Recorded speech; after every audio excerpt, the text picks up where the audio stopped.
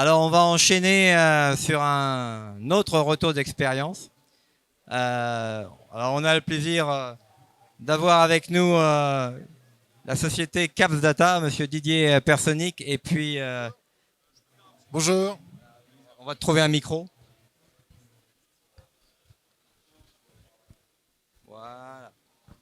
Et puis Monsieur Feather, pardon, Bonjour, enchanté, merci. de Team 2. Alors justement, puisque vous avez le micro, Oui.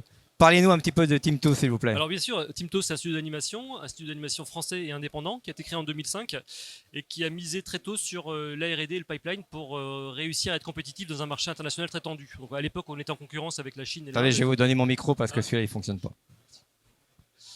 Donc je vais commencer. Ouais. Donc Timto, c'est un studio indépendant créé en 2005. C'est un des plus gros studios indépendants européens. On a une stratégie R&D qui est assez importante et toute la stratégie du studio s'est basée sur un investissement assez important dans la R&D, dans la data, dans le développement logiciel et le pipeline depuis sa création pour être compétitif.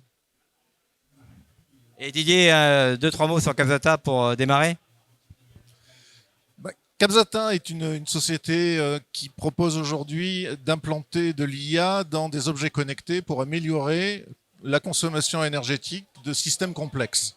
Alors, en quelques mots, il s'agit tout simplement d'ouvrir sur des solutions mathématiques les datas cachées un peu partout dans les équipements. C'est une société qui aujourd'hui a 10 ans. On est passé par une phase importante de R&D et aujourd'hui nous entamons une phase de commercialisation avec Jean-Baptiste en particulier. Alors Jean-Baptiste, qu'est-ce qui vous a amené à faire appel donc à Capsata?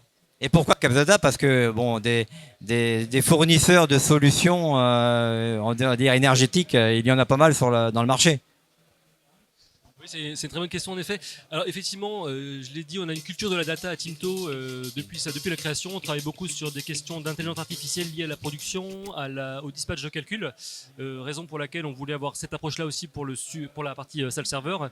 Et on travaille avec Stéphane Norberg d'Abaxum qui nous a mis en rapport avec Caps Data. Et très vite, on s'est rendu compte en parlant avec Caps Data que on avait une culture commune de la data, une culture commune du traitement de l'information, de ce que devait être l'IA au service de la production, au service de la salle serveur. Et voilà, il y a une très grande compatibilité qui fait qu'on s'est très vite entendu et on s'est voilà. Et alors donc vous avez un data center en ville. Et alors c'est quoi les contraintes d'un data center en ville par rapport aux gros data centers du marché, on va dire? Oui, vous l'avez dit en disant gros pour parler des data centers. Un data center, c'est gros par essence. Là, en ville, c'est compliqué. Il faut être très très dense. Donc, on a une problématique de densité, réussir à amener du courant électrique. Il y a une grosse production de chaleur sur quelques mètres carrés qu'il faut réussir à évacuer. Il y a la question du bruit. On est en ville, donc on est soumis à des réglementations acoustiques. Le voisinage est tout près, donc voilà, il y a cette problématique-là. Donc, densité. Évacuation de chaleur, évacuation des calories et limites acoustiques, voilà les grosses limites. Plus l'accès au chantier évidemment, enfin toutes ces choses-là qu'on n'a pas sur un data center qui peut être à l'extérieur. Et alors Didier, la technologie Caps Data, donc qui comprend donc le Caps Tech et de l'intelligence artificielle, comment cette technologie arrive-t-elle à résoudre des problématiques, notamment dans le domaine des data centers en ville, comme celui de Team2, alors que d'autres ont pas mal de difficultés à le faire? Alors, ne sois pas trop technique, s'il te plaît, hein, pour l'audience. Juste dans les grandes lignes, quoi. Hein. Ah, je te connais, c'est pour ça que je me permets de dire ça. On se refait pas de toute façon. Pour éclairer un peu le pourquoi de l'IA dans une infrastructure de data center, Jean-Baptiste a fait le panorama des problèmes finalement. Il a dit on doit évacuer de la chaleur, bon ok, standard hein, sur des systèmes de type data center. En ville, ouais, d'accord. Donc, ce qui veut dire qu'il faut faire attention à l'environnement dans lequel se trouve le data center. Donc, en particulier du bruit, en particulier des nuisances de tout type. Hein, brassage d'air égale des flux d'air qui sont désagréables si vous avez votre terrasse d'été juste au-dessus du data center. Bon, ben, c'est pas génial, c'est pas terrible. Donc, l'IA va faire tout simplement une étude d'environnement, de contexte, par rapport à, d'une part, ce que le data center a besoin, c'est-à-dire évacuer des calories, et d'autre part, ce que l'environnement permet, c'est-à-dire s'il fait froid ou s'il fait chaud, c'est pas la même musique. S'il fait humide ou s'il fait très sec, c'est pas la même musique. Et là, on prend à contre-pied, d'une certaine manière, les standards d'automatisation habituels sur les équipements. Un équipement va opérer par rapport à des règles relativement standards de comportement qui ne tiennent pas compte du contexte dans lequel l'équipement a été installé. Donc, en particulier, sur le data center de Timto, eh bien, c'est complètement différent d'un data center en pleine campagne, c'est complètement différent d'un data center qui est à Marseille ou qui est au fin fond de la Norvège ou de la Suède. Donc le paramétrage, l'adaptation des équipements, qui sont aujourd'hui des équipements standards, hein, les équipements qu'on trouve au fin fond de la Norvège ou de la Suède ou à Marseille, sont les équipements qu'on trouve chez Timto aussi. Donc l'IA va apporter tout un environnement de prise de décision beaucoup plus à l'écoute de l'usage, de quoi a-t-on besoin en termes d'évacuation de calories, d'une part, et d'autre part, qu'est-ce qu'il est possible de faire avec mes équipements, qui sont peut-être plus vieux que les équipements voisins, qui sont peut-être dans des conditions opérationnelles pas forcément optimales. Et donc l'IA va interroger, va scanner, va traiter toutes ces informations-là de manière à prendre la bonne décision. Donc pour Timto, par exemple, c'est de travailler sur des seuils de température en fonction de la charge informatique. Chez Timto, il y a des cycles de production informatique qui varient entre la journée, la nuit, le week-end. Ce ne sont pas des charges IT flat, constantes. Donc on tient compte de la charge IT, on tient compte de ce qui se passe à l'extérieur, s'il fait chaud ou froid. Ça, je reviens pas sur ce point important de la météo. Et donc on va intégrer tous ces paramètres-là de manière à décider quel est l'optimal de fonctionnement des équipements pour évacuer les calories du data center. Finalement, c'est une recette simple, hein. Mais en fait, ce que tu expliques, ça me fait penser un peu à ce qu'on appelle l'industrie 4.0. Je m'explique. Dans l'industrie 4.0, c'est en fait les contraintes extérieures et le marché qui obligent la chaîne de production à se reconfigurer en temps réel, hein, et donc à avoir une adéquation entre les ressources humaines, la chaîne de production et la demande du marché. Et en fait, si je comprends bien, Caps Data avec le CapsTech et l'IA associé, donc cette solution globale hardware, IoT et intelligence artificielle permet en fait de prendre en compte l'existant et en fonction des contraintes extérieures et internes de s'adapter en temps réel. C'est bien ça? C'est bien ça. Donc là, on est sur l'industrie 4.0 et nous, on pense d'une certaine manière qu'il faut passer à l'industrie 5.0, c'est-à-dire l'IA va soulager la prise de décision. Donc l'agilité, la capacité d'adaptation, la capacité de réaction de l'équipement par rapport aux besoins, hein, par rapport à l'usage, c'est l'industrie 4.0. L'industrie 5.0, c'est et en plus, l'IA va me recommander les meilleures stratégies d'optimisation. Donc en fait, l'IA va me permettre de faire du prédictif, si on peut dire, par rapport à l'adéquation temps réel et la minimisation des ressources à consommer en fait, hein. J'imagine que pour des gens comme vous, Timto, c'est important l'aspect RSE, l'aspect green. Vous le disiez tout à l'heure en début de Rex, là, de retour d'expérience, dans un circuit fermé comme comme une ville, c'est très important, hein. Oui, en effet, ça fait partie de notre ADN et de notre culture d'entreprise. Il faut savoir qu'il y a 10 ans, on a créé le premier calculateur carbone de l'histoire de l'animation et on a fait le premier bilan carbone de l'animation. Donc c'est un projet qu'on a développé depuis avec Anime France. Donc c'est un projet qui sera open source l'année prochaine et accessible à tous les studios d'Europe. Voilà, donc depuis, voilà, quand on a créé le studio de Bastille où on est, au cœur de Paris, j'avais refait un calcul de bilan carbone pour savoir quelles étaient les meilleures sources d'énergie possibles pour alimenter en chaud, en froid l'ensemble du studio et rester la salle serveur sur laquelle, une fois qu'on a dit qu'on mettait du free cooling une partie de l'année, qu'on faisait recours à Climespace, donc fraîcheur de Paris, pardon, quand c'est pas suffisant, comment être certain d'être optimum? Et la question d'être certain d'être optimum, c'est une problématique qu'on a en production depuis que l'animation existe. Et c'est ce niveau de certitude que je voulais avoir, et c'est pour ça que je m'étais rapproché de Capsdata. C'est être certain de l'optimum, c'est vraiment important. Et vous parliez de prédiction tout à l'heure, et effectivement, on fait de la prédiction sur de la planification de production, sur de la planification de calcul. Les calculs, c'est ça qui va faire de la consommation, qui va consommer de l'énergie, l'électricité dans un salle serveur. Donc voilà, si on est capable de coupler. Ah oui, alors ça me rappelle un peu mon passé, parce que j'ai connu Softimage, ayant habité Montréal pendant 20 ans, j'ai connu Discrete Logic, j'ai connu toutes ces sociétés-là. Et effectivement, pour rebondir sur ce que vous disiez, la consommation de data dans la 3D, dans l'animation 3D, c'est fou. Alors, je ne parle pas de l'intelligence artificielle, bien évidemment, où maintenant ça va exploser. Mais comment vous voyez ça, vous, Jean-Baptiste, cette évolution de la data dans les 5 prochaines années? Alors, si on parle de la 3D, de l'animation, ça va être fou, quoi. Donc, comment ça va se passer au niveau des data centers? Ils vont grossir, quoi. Non, ils vont grossir oui, de façon très importante. Effectivement, on a besoin de plus en plus de. Alors, data, volume de data, temps de traitement, calcul, c'est vraiment important.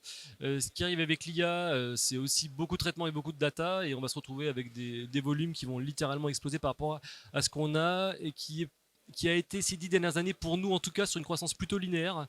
Là, on doit avoir 5 pétaoctets de données dans le studio à peu près. Ouais, 5 pétas. Ouais. Faut savoir qu'une image, toutes les passes confondues, c'est 100 mégaoctets de données, une image, et on met 24 images par seconde, 8 productions par semaine, c'est 45 000 images par jour à peu près. Donc on arrive sur des volumes qui sont vraiment très importants, et oui, les résolutions augmentent, les écrans sont de plus en plus grands, donc les télés sont plus grandes, la résolution est plus fine, ça fait donc on augmente d'autant la taille des images, et la complexité des données qu'on manipule, on a plus d'effets spéciaux, plus de personnages dans les scènes, donc ça fait des scènes plus grosses. Et en temps de calcul, aujourd'hui, on est entre 1 heure et 5 heures l'image selon la complexité de la scène, donc c'est des milliers, des dizaines de milliers d'heures par jour sur les data centers pour un studio, et donc multiplier ça par le nombre de studios. Voilà. Et là, on parle uniquement de croissance relativement linéaire. Avec l'IA, on peut s'attendre à des croissances exponentielles dans les prochains temps, c'est évident. Oui. Pardon, oui. Vos équipes également, donc j'imagine, augmentent, donc, parce que vous êtes en pleine croissance. Enfin, j'ai un peu creusé votre background. C'est fou la croissance que vous avez là. Effectivement, l'animation, elle est corrélée au temps d'écran. Le temps d'écran, il est en augmentation tous les ans. Avec le Covid et l'augmentation des plateformes, on a eu de très belles années avec une croissance assez importante, effectivement. Là, il y a une petite correction, mais c'est en voie de repartir parce que la demande de contenu, elle est croissante dans le monde. Voilà, chaque jour, un enfant veut regarder plus de dessins animés que la veille. Ouais. Donc voilà, on bénéficie de ça. Ah ouais, les enfants, ouais, c'est des bons consommateurs. Et donc, Didier, comment Capsdata, comment est architecturée la technologie, et comment Capsdata avec le Capstech va pouvoir suivre cette évolution faramineuse, je dirais. Je vais reprendre un peu la présentation de Jean-Baptiste. On a de plus en plus de données. On est en capacité aujourd'hui, en pré-prod, de calculer les temps de production en fonction des machines disponibles. Donc d'une certaine manière, on est en capacité d'anticiper tout simplement le besoin, l'usage du data center. Et donc c'est la prochaine étape pour nous au niveau intégration, au niveau déploiement de solutions d'IA, c'est de tenir compte de la production IT. Et c'est pas simplement pour Team2, c'est aussi pour l'ensemble des data centers. Le cycle classique d'un serveur, c'est de travailler entre 15 et 20% à sa puissance maximale, 15 à 20% à sa puissance maximale. Le reste du temps, il ne fait rien. Et pourtant, il consomme. Donc l'idée suivante, aujourd'hui, c'est de travailler avec un couplage étroit entre ce qui se passe au niveau informatique et préparation de la production informatique. Et donc, qu'est-ce qui se passe du côté infrastructure d'évacuation des calories. Et l'IA va simplement enrichir et travailler sur ces phénomènes de meilleure intégration, sur ces aspects de meilleure intégration entre la production informatique et les besoins d'évacuation des calories. Et ça, c'est vrai aussi à l'échelle des gros acteurs de la big tech. Hein. C'est typiquement, aujourd'hui, Google choisit le data center opérationnel en fonction du climat, en fonction de l'heure sur la planète, de manière à mieux équilibrer de manière lucide par rapport au climat, par rapport à des conditions opérationnelles, la production informatique. Et c'est vraiment l'étape suivante. Mais ça, c'est pas le discours habituel que j'entends, parce que le discours habituel que j'entends des grands fournisseurs divers et variés, c'est pour avancer, messieurs les clients, il faut changer l'ensemble de vos équipements. Donc, Capsdata, vous êtes un peu un troublion de la démarche là. Comment vous vous sentez là par rapport au marché avec cette approche commerciale là? Bon, Dominique, tu me tends la perche, le micro en l'occurrence. On est sur une rupture. C'est-à-dire qu'aujourd'hui, les industriels qui fabriquent les équipements sont sur un cycle de fabrication à 5 ans, 10 ans de R&D. Donc, ils ne vont pas changer la règle du jeu. Ils ne vont pas changer la recette aujourd'hui. Et une des difficultés que nous avons est effectivement la discussion avec les industriels, les fabricants d'équipements, pour leur expliquer tout simplement de quelle manière on peut rendre beaucoup plus dynamique, beaucoup plus agile le fonctionnement de leur équipement par rapport à l'usage du client, de l'utilisateur. C'est le point de rupture aujourd'hui qui est difficile, qui est délicat, qui est complexe. Bon, on y travaille, hein, bien sûr. On n'est pas seul. Alors, je sens quand même une belle collaboration entre Team2 et Capsdata. Comment Team2, vous pensez pouvoir aider Capsdata dans son évolution? Parce que c'est des grands clients comme vous, quand on a la chance d'avoir des clients comme vous, prestigieux, dans un secteur aussi avant-gardiste, hein, c'est important de ce retour d'expérience par rapport aux gens qui développent la techno, quoi. Je pense que là où c'est intéressant dans notre collaboration, c'est qu'on est capable d'apporter des données qui viennent de la pré-production, comme disait Didier tout à l'heure. C'est pas seulement une question informatique pour nous, on a accès aux données de production et aux données du planning de calcul. Par exemple, on sait quelle est la charge de calcul qu'on va avoir le vendredi soir. On est capable de le prédire. Et du coup, permettre à Capdata de s'interfacer avec des données qui sont métiers, pas seulement informatique, mais métier, va sans doute permettre de faire une collaboration assez fructueuse. Enfin, en tout cas, c'est mon point de vue. Super. Et donc, Didier, maintenant, Capsdata a vécu pendant quelques années à faire de la R&D. On va pas s'arrêter, ça c'est sûr. Te connaissant, je pense qu'on va pas s'arrêter. Vous n'allez pas vous arrêter. Mais vous êtes parti maintenant vers une démarche commerciale marketing plus active. La preuve en est, vous êtes ici aujourd'hui et on est très content de vous avoir avec nous. Vous savez que SBLM a la prétention, façon de parler, de choisir les meilleures technologies françaises, hein, et de les regrouper et de faire que l'intelligence collective soit active, c'est le cas de le dire. C'est quoi maintenant ton plan de match et de marche d'ailleurs, marketing commercial, Didier, avec Capsdata? La réponse est simple. On sort d'une phase de labo. Maintenant, il faut vulgariser, il faut développer une offre produit qui va permettre effectivement de diffuser cette technologie. Donc c'est l'étape suivante qui va nécessiter forcément un renfort de partenaires financiers aussi pour passer à l'étape suivante, c'est-à-dire la diffusion de la technologie, la diffusion prête à l'emploi de cette technologie. C'est le challenge là sur les mois qui viennent. Alors, est-ce que tu vas aller voir des concurrents de Team2 ou est-ce que tu vas donner une certaine exclusivité entre guillemets à Team2 dans la mesure où ils t'aident à avancer et tu vas plutôt aller vers d'autres secteurs? Je pose une question un peu. La réponse est dans la question. De toute façon, non, on n'est pas à la recherche, nous, dans l'absolu, sur un marché qui nécessite quand même un certain niveau de maturité. C'est-à-dire que tous les clients aujourd'hui de Capsdata sont des clients matures. Ce sont des clients qui ont compris les enjeux sur la consommation d'énergie de leur système, ont compris l'impact de la consommation d'eau, de l'impact des fuites frigogènes sur leur système hydraulique, etc. Donc ce sont des clients matures. Donc on est à la recherche de clients matures. Jean-Baptiste, En deux mots, quel est le plan de développement de votre entreprise? Ça m'intéresse, je suis un passionné d'animation 3D. Là, depuis un an, on fait de la production un peu plus adulte. Longtemps, on a fait de la production pour les enfants surtout. Et là, on voit depuis quelques années arriver de l'animation pour adultes. On a eu la chance de travailler sur un projet de jeu vidéo l'année dernière. Voilà, et on va développer toute cette branche-là pour faire des productions qui ont plus d'effets spéciaux, qui s'adressent à des contenus d'enfants qui ont grandi, mais qui continuent à garder de l'animation et qui permettent de développer un nouveau point d'affaires. Voilà. Les projets, c'est des projets de dizaines de millions, hein. Hein, c'est minimum, non? Ouais. Plutôt des fois des centaines de millions. Pas pour vous, mais généralement, c'est plutôt des centaines de millions. Bon, bah écoutez, messieurs, ça nous a fait vraiment plaisir de vous accueillir sur le stand SBLM. On vous remercie. Moi, encore une fois, je suis très content que CapsData ait un client comme Team2 dans le domaine d'un secteur en plein développement et en plus de ça qui est très consommateur de données et où il faut vraiment de la bande passante. Donc c'est très approprié. Merci à vous et puis très bonne journée.